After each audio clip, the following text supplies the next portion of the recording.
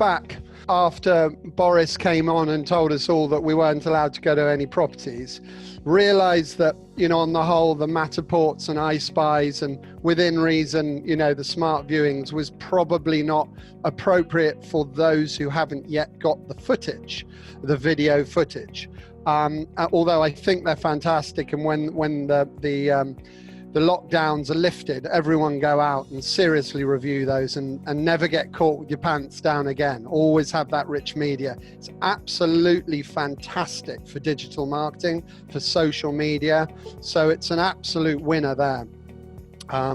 So the thing that I wanted to, now do was explain, if you set up your account in Zoom, so you just need to literally log in. I can't do it right now, but I have on our page on our website, I've fully demonstrated this process of setting up your calendar and Zoom account, Calendly, should I say.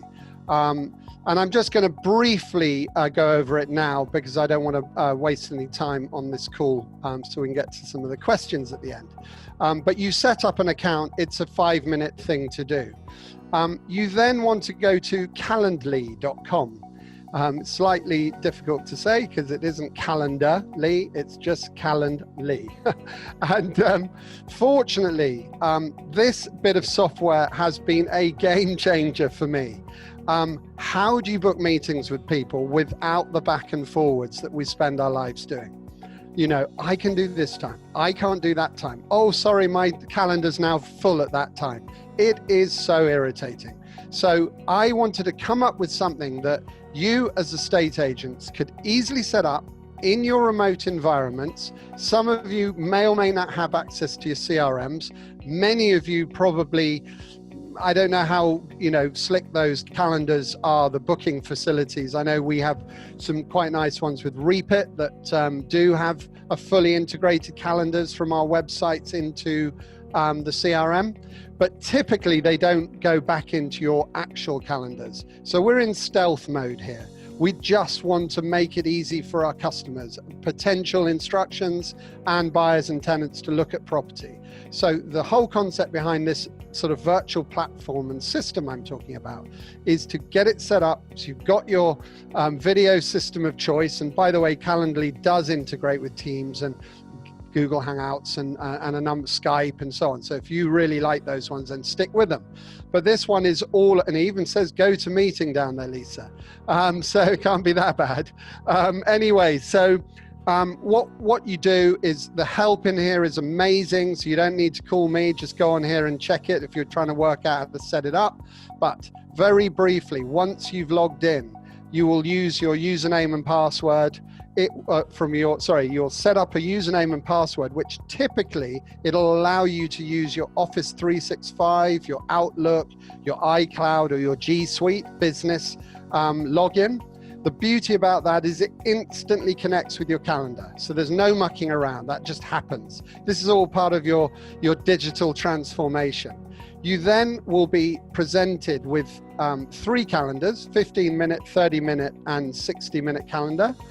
I changed the wording to put 30-minute video call, 15-minute video call, and I've said they're sort of one-on-ones, whereas this one's an in-person one, so it's not related to jumping on Zoom. I even have a 5-minute one. But just to show you how simple it is to set these up, I'll just jump into here. You can do group calls. This is a one-on-one. We'll call it virtual valuation. We will connect our Zoom to it. Instantly sets up down the bottom. So you've got a simple URL for that. You save this. You can then alter your availability in your calendar. I always say, allocate time before or after an event. I always recommend put some time after an event because often they run over. Then you haven't got someone sat right next to you having booked immediately at the end of that 30-minute meeting. You've got a 15-minute buffer, so you're not rude. And you can read through these other things. The one question that I think you should add, you get standard name and email. The one question that's worth adding is, what's the best number to call you on? Watts with an apostrophe, Ben. And tick that as required. The beauty about doing that is that then if they're having trouble getting onto the Zoom call or any issues like that at all, you can always just give them a call and go from there. So what do you get here? You then get yourself, there's your virtual valuation. That's your meeting. So if I go into here and I update that, this is what the customer will see. So they come into your calendar and they book virtual valuation, and they go into here, they pick a time slot. So you can see I've only got that time tomorrow, super busy at the moment. And I'll put in my Gmail,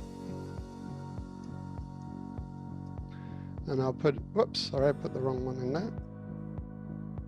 In there, and I'll put pen 2. And a number 1 2 3 4 5 6 7 8 9. Hopefully it lets me get away with that. Sometimes it doesn't. And basically that has now sent an appointment to Ben 2's Gmail.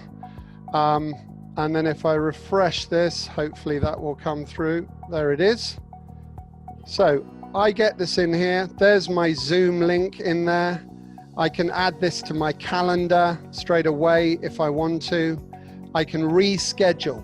This is the absolutely awesome bit here. I love it. You can cancel. Don't need to call me at all.